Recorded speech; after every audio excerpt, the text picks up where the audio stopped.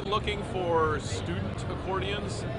There's a lot less than I remember seeing in the past, but Weltmeister isn't here this year, and I'm a dealer for them. I import them directly from overseas because there's no company directly doing that. But the big thing is my friend and I spent 3 years developing a mic system.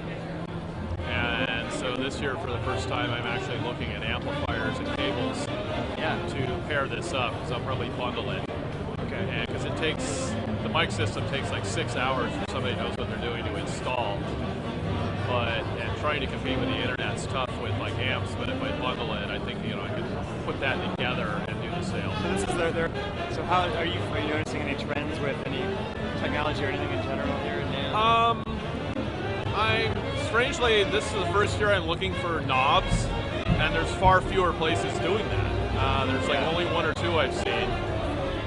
Just general electronics parts, basically? Or? A lot more amps, and we were looking, Fender actually has an accordion amp that they've recreated that was apparently available in the 50s and 60s, and so I'm looking at carrying that. It was specifically designed back in the 60s to sell with, I think Excelsior had a mic system that they sold that with. And so they're redoing that, so I don't have to redesign the wheel. Somebody's already done it for me. Not bad. And I was looking at a couple other amp systems for the instruments. I no longer carry Hohner because I can't compete with the prices that are available online, so I've completely dropped that line. So it's an interesting, there's certain things that have changed. I carry Mr. Buffetti's instruments here and have for about 10 years. And then last year we picked up a line that's available here, which is Orsini, another Italian company. And I think actually like one of the main lines for me has been Weltmeister, and I actually met them here like 11 years ago, and that's why I'm still carrying their instrument.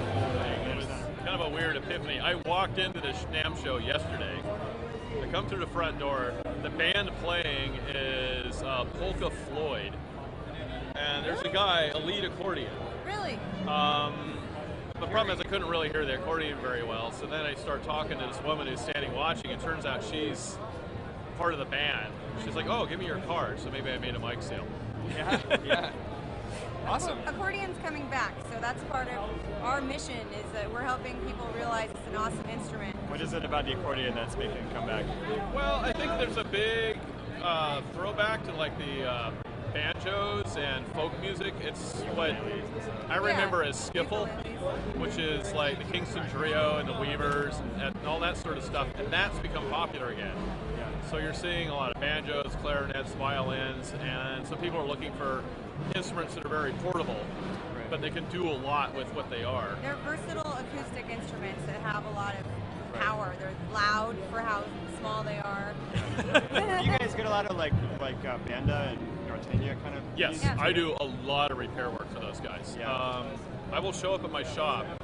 The whole band will be outside when I open up in a mad panic because they have a gig in 1 hour, like in a city 1 hour away for a wedding, and they played the night before and the guy had snapped 2 reeds off, playing without a mic, trying to compete with electric guitar and electric bass and the drummer. And so you'll go like, okay, you guys deal with anybody that comes in the shop and explain accordions to them, and I'll go in back and grind you down a new set of reeds and see, because I have to hand grind them if it's not one that I happen to have. Right. I hand fabricate a lot of the parts for instruments. The oldest ones I've worked on are about 160 years old.